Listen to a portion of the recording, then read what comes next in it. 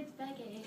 Today we have Dr. Phyllis here with us, coming to tell us about battle techniques. One of the most common battle techniques used in the current war is actually brand new. This is called trench warfare. These soldiers live in these trenches, and they fight from them, and they're in a zigzag formation so that an attacker cannot just shoot all the way down the line. Trenches are about a mile long, and they're lined with sandbags and I believe they're lined with barbed wire as well. barbed wire. A lot of the soldiers would get sick in the trenches because if it rained, sick just like that, they would. Excuse me, backwards, Becky. Excuse me. you. As you can see in the book that I just published, there were also a few other techniques that were used in battle. These soldiers. I'm just going to read a little passage. So, Good for you. Kudos to you, everybody listen. our brave soldiers venture out into no man's land. This is the space between the two trenches. There's very little protection here, and many soldiers died because they were in full out combat. Buy my book. Buy now. On sale. You mark it. Now let's hand it off to Taha Ahmed at the trenches. Hey guys, I'm reporting live from France on what's going to be a battlefield soon. Here are some American soldiers who are very brave, about to fight some Germans. Let's hope they survive and win. Let's go!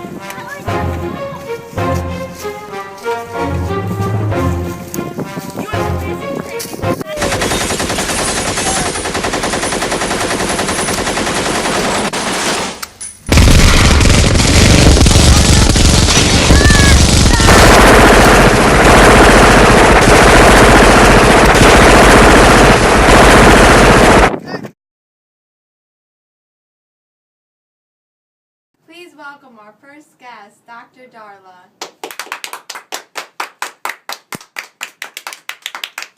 Thank you. Hi, Darla. Hi. So, what exactly are you here to talk about? Well, I'm here to talk about the results of World War I. One of the main results was the Treaty of Versailles, which we rejected. It stated that Germany pays for the war, gets blamed for the war, has to decrease its military in size. Women also gained respect, along with African Americans. How exactly did democratic governments come into play here?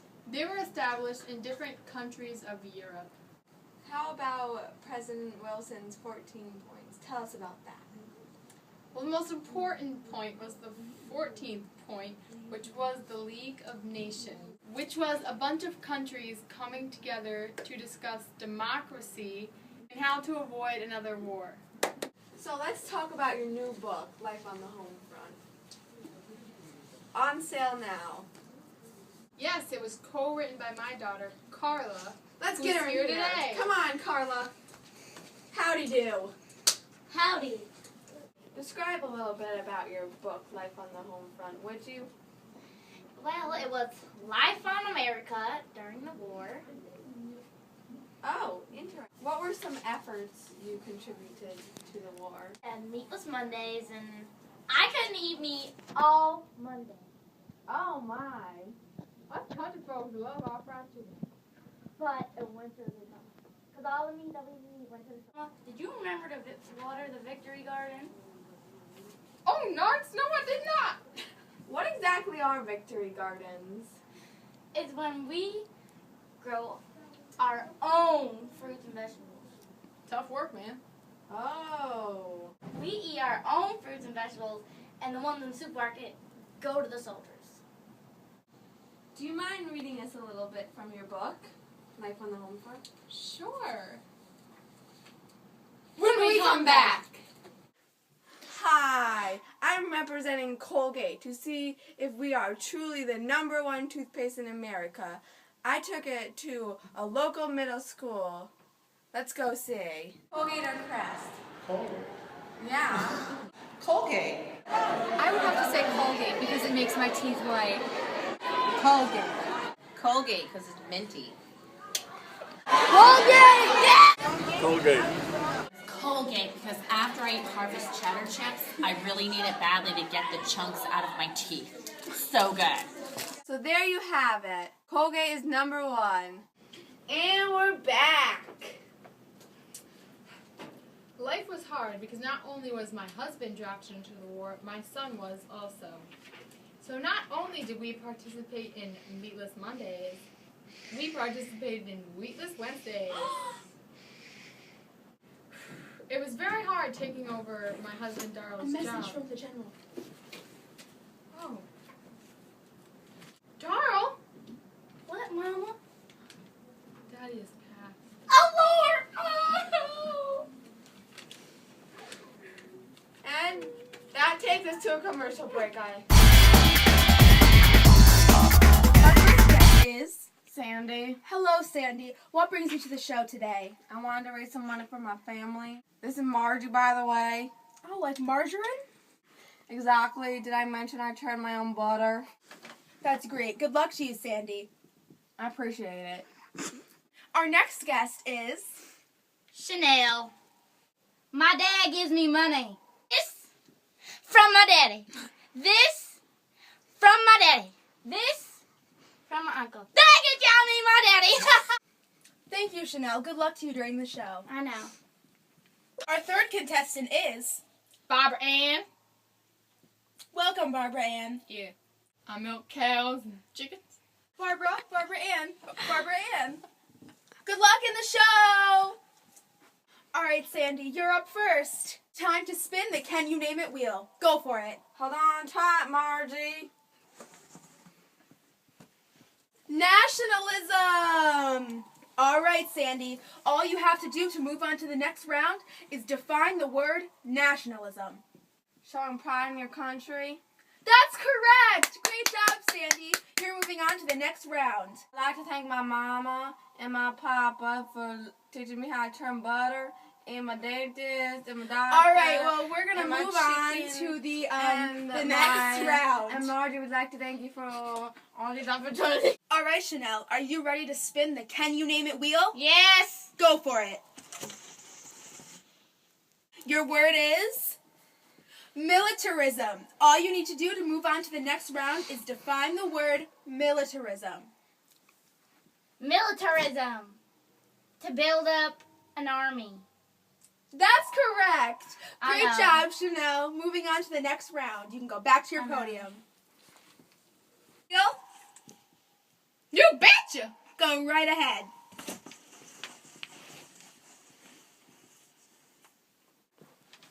Alliances. All right, Barbara, can you give us the definition of alliances? Why? Alliances are when one country forms a bond of trust with another country. Can you be a little more specific? They help each other during a time of war. There it is. That's the answer we were looking for. Congratulations, Barbara. You're moving on. And for all you curious viewers, imperialism is when a powerful country takes over a weaker country. Now in this round, the contestant will spin the wheel once more, and whatever they land on, you will have to give me an example of how your set spin applies to the current world war. All right? You betcha. Go on and spin.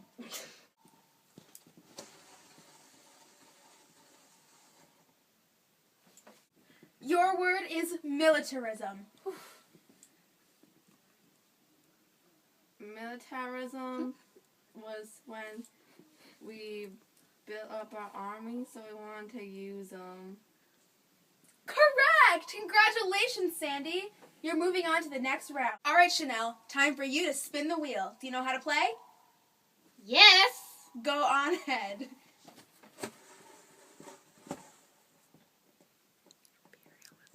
Your word is imperialism. How did imperialism lead to World War I, Chanel?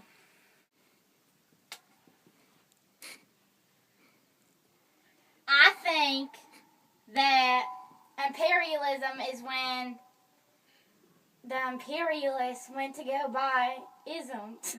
I'm sorry, Chanel. That is the incorrect What? answer. My daddy will buy the show.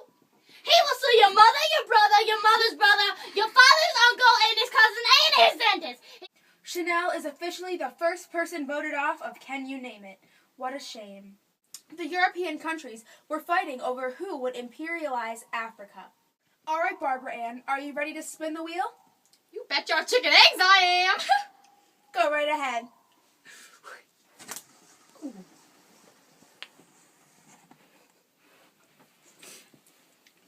All right, your word is nationalism. How did nationalism lead to World War I? Well, you see, some people had a little bit too much pride in their country.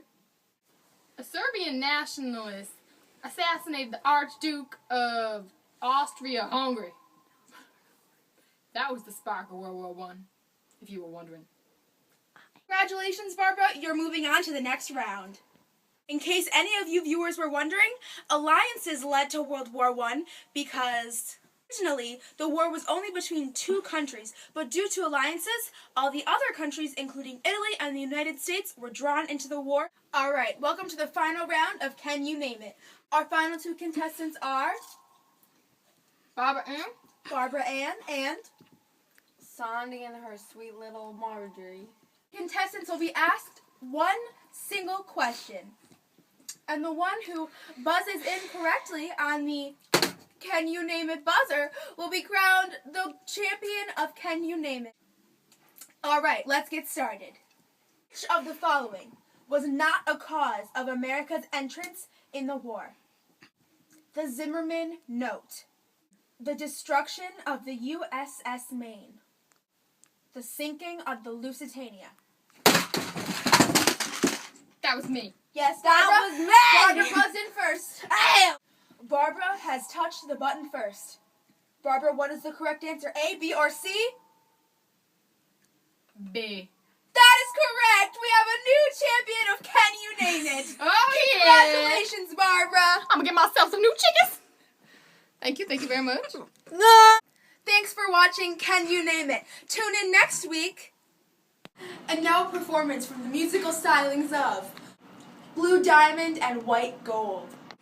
Oops, they sent the note to Mexico. Oh, Germany, oops, the note was intercepted by the British. That was a bad idea. They thought they could win the war with Mexico's hand. Oh, no. We found financial support and reconquer land. They could keep trying to win, but they sunk the Lusitania. It's all over. Oops, they sent the note to Mexico.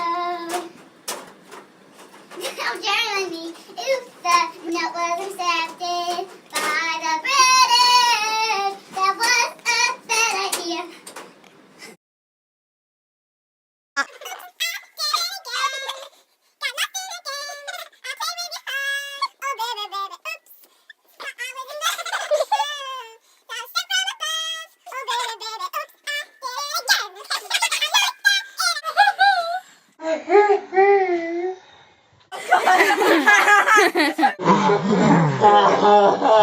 Action.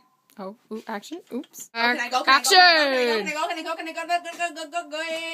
I'll stick this up your Girls! Okay, we're done.